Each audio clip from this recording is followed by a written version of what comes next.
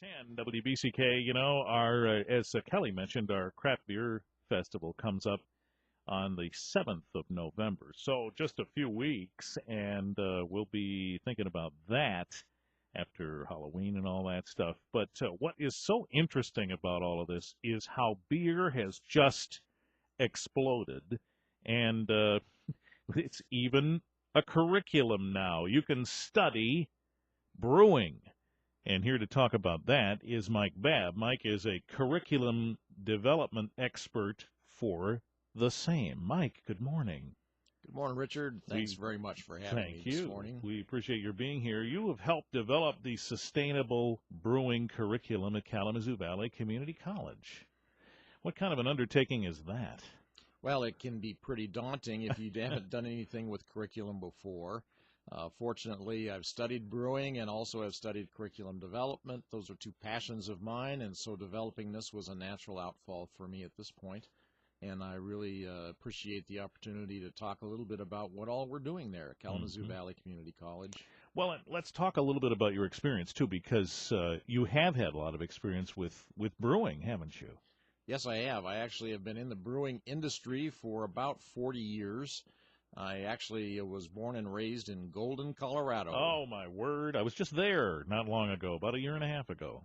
And that's my alma mater, really. I also studied engineering there and worked at the Coors brewery there for a number of years. Ultimately, I was the global head brewer at Coors and had the opportunity, to do a sabbatical in Germany, where I studied brewing for 2 years at the Technical University of Munich in Freising, Germany. Wow. Yeah. I did do the Coors tour, by the way. It was a nice tour, so if you ever get the chance, do that. So, yeah, this is an exploding industry, and so I guess, when you think about beer, you don't necessarily think about the science behind it or the education behind it, but a lot of people do. You're one of them. This has become quite serious. Well, it really has, Richard. If you look throughout history, there's been development of beer over thousands of years, a lot of different styles and different tastes, and there's been a lot of historical perspective and socioeconomic things that have actually influenced brewing.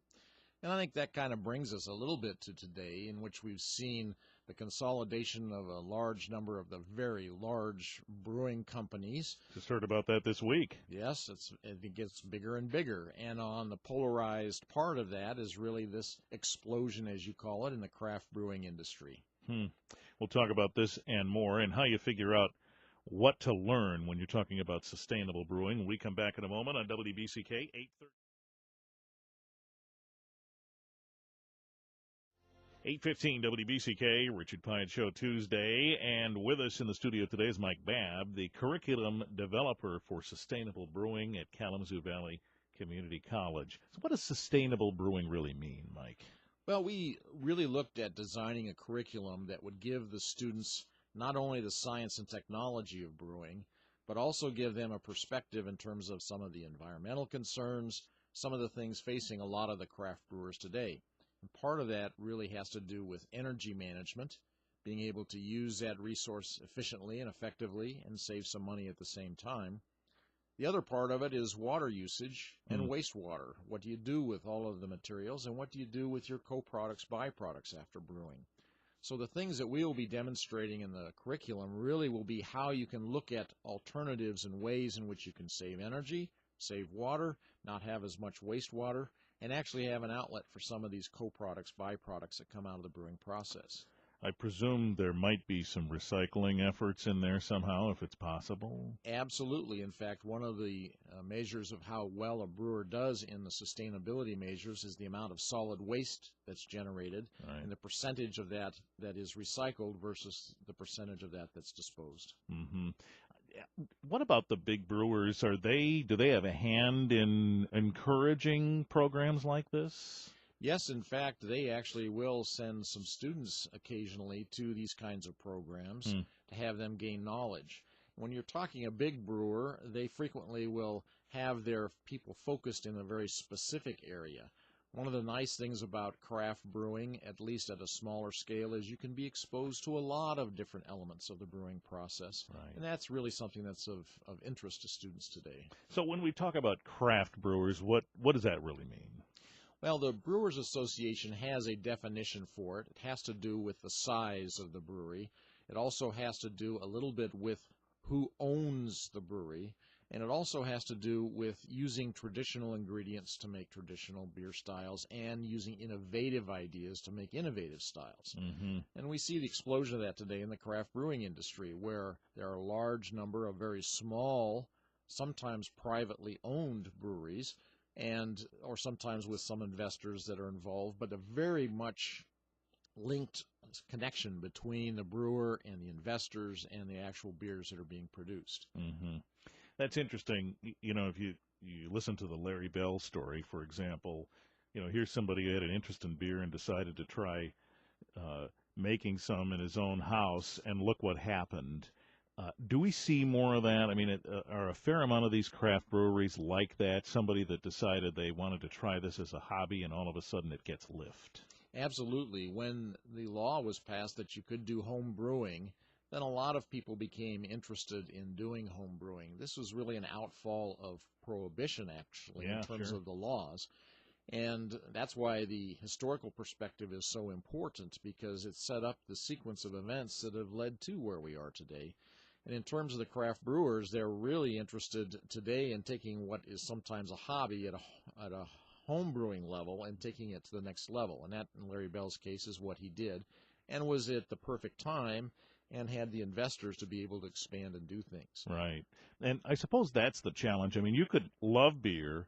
You could put something together in your house that tastes good, but then how do you turn that into a business? Is that part of what you examine in the curriculum? Absolutely, Richard. One of the first things we look at in terms of the actual curriculum is looking at the business of brewing, how you market what you're doing, and all of the business aspects, because you have to have more than just the science and technology of brewing. You have to know how to run a business. Right. In some cases, you have to know how to run a kitchen as well. Hmm. And so you have all of those challenges that really we want the students to gain when they're coming through the classes. So if someone goes through that curriculum, they might have had some exposure in their own kitchen, but when they come through that, do most of them have their sights set on working at a craft brewery or having their own? Well, I think there's a combination of things. Many people would love to have their own brewery. It's not for those who haven't got a lot of drive and a lot of money and a lot of time to be able to invest in that. And one of the things that we do with the students, which we have a number of them this fall, is to kind of tell them what options they have. Sometimes within a brewery, craft brewery, sometimes even within one of the major brewers in a focused area, and sometimes it's with an allied industry, for example, to help distribute and market the beer, which is a very important aspect today. Sure, right. There's all sorts of components there that go beyond just the fun of making beer. Absolutely, absolutely. And of course, we teach a lot about the fun of making beer and the science and technology of that, and the tasting of beer, and when you actually have some things that are correct and some things that maybe you need to work on. And so the students learn all of that.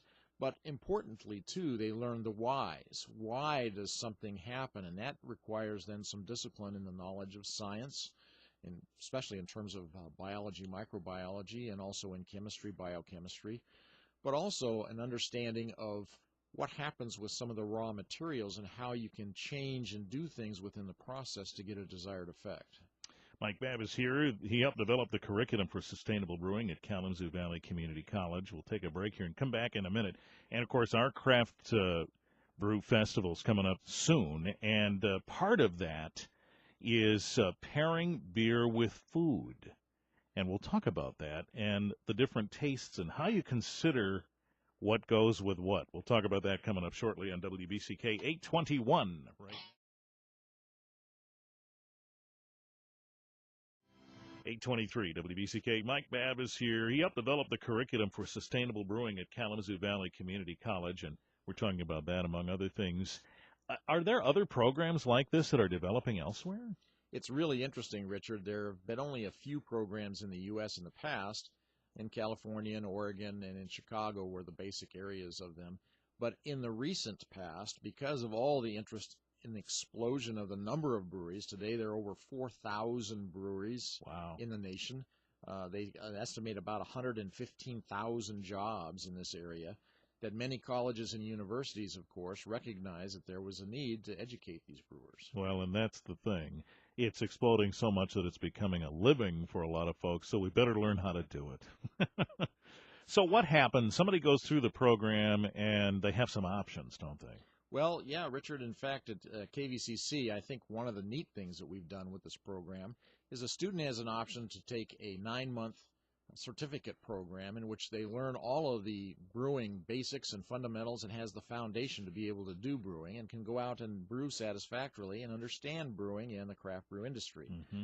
But they have the option, too, to take additional courses, general education courses, to get a 2-year associate's degree. Makes sense. And then also have the option, we have a partnership with Western Michigan University where they can transfer those credits into Western Michigan University and get a 4-year degree in sustainable brewing.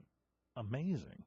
Well, and part of the reason for having these options and flexibility is even though a student who goes out in the workplace may start out at the same place, the speed with which they get to different areas within a brewery or with an allied brewing industry can really depend upon how much education they have, not just in brewing, but also the full spectrum of knowledge about how to run a business.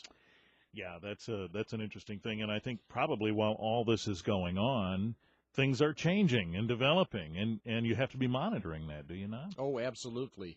In fact, one of the real challenges for the craft brewer is the point in time with which they decide they're going to distribute their beer, because it's a whole new level of marketing, whole new level of understanding what happens to the beer in the package and the connection with the consumers and who's going to buy your package from a retail outlet. So it's a whole different level of thinking, and it evolves, really.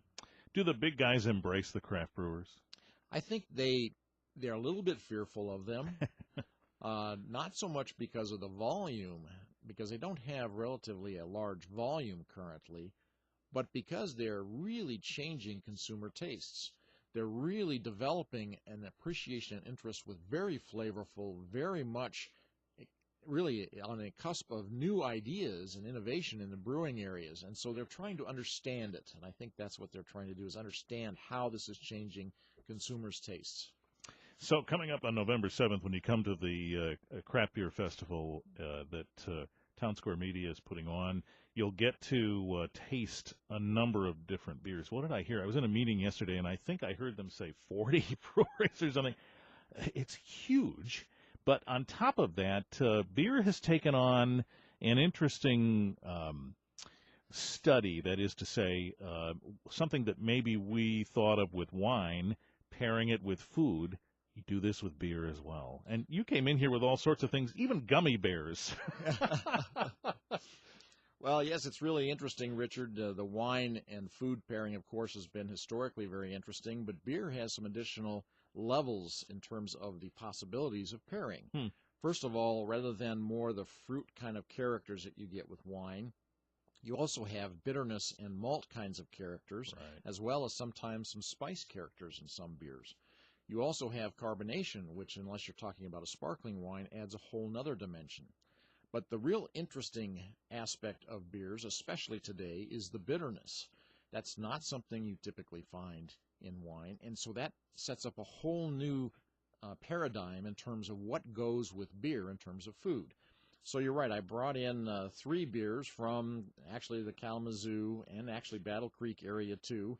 We have a Bell's beer, the Lager of the Lakes beer, and we also have from the Arcadia Brewery, which started in Battle Creek and is now also in Kalamazoo, their Hop Mouth Double IPA. And we also have Gonzo's Vanilla Porter. And I brought in some food items that you might think, does that really go? Does it not go? And so I brought in some gummy bears. I brought in some pepper jack cheese and brought in some little toffee squares. And you might think, what beer goes with what food? And this is something we're going to be exploring when we have our little sessions at the Craft Beer Festival at Wing Stadium on November 7th. Frequently, people say, well, if you've got a very intense flavor like a pepper jack cheese, that you want to pair that with an IPA. The problem is it actually accentuates that spicy character, and you may actually not want that much, and so a lager beer may douse that character. And a gummy beer, I think, goes quite well with an IPA, interestingly. And then you have dessert beers like the vanilla porter that really bring out a lot of the nuances of a toffee candy kind of character. So the thing about food and beer pairing, I think, that's important is that it really becomes a personal preference. Some people like the spice, want to build it. Some people actually want to diminish it. And so it becomes a personal exploration of what beer you think pairs best with the different food items. Very interesting. And so you'll get to have that exposure at the Craft Beer Festival coming up November 7th at the Wings Event Center. And maybe Mike will even be there to help give you some advice on that. But certainly those whom you know and probably don't know will be doing the same, which is the whole point as you taste those at that event. Very interesting, Mike. Thank you for the time today. We'll talk again. I think we probably just scratched the surface. We did just scratch the surface. Yeah. Mike Babb helped develop the curriculum for sustainable brewing at Kalamazoo Valley Community College. We appreciate your time today. So here's a closer look at the examples that Mike brought for us of food pairings in beer. So here's a little pepper jack cheese. As you know, pepper jack's got a little kick to it. So the notion is maybe an IPA might be good with that. Mike actually says IPA can heighten that pepper jack and maybe make it hotter than you'd like.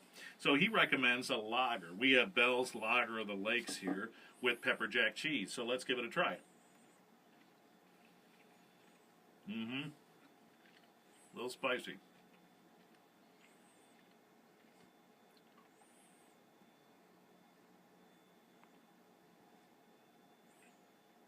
That's nice.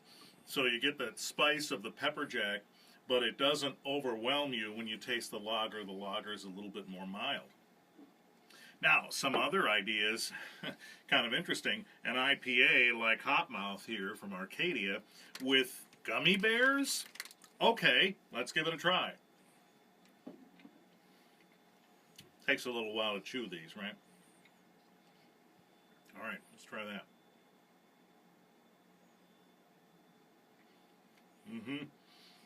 So you have the sweetness of the gummy bears and the little stronger taste of the Hopmouth, which is an IPA, and that goes better together. So it seems as though there's a pattern here, something strong with something a little more mild. Then you have a dessert selection like from Gonzo, the vanilla porter with some toffee. Okay, I'm always up for toffee.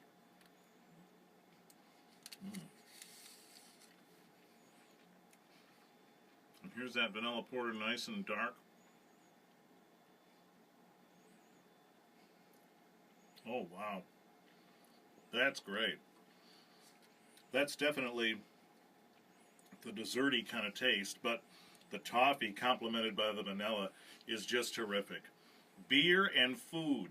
This is the kind of stuff that when you come to the Craft Beer Festival, Wings Event Center on November 7th, you'll get the chance to get some education about stuff like this. I want some more.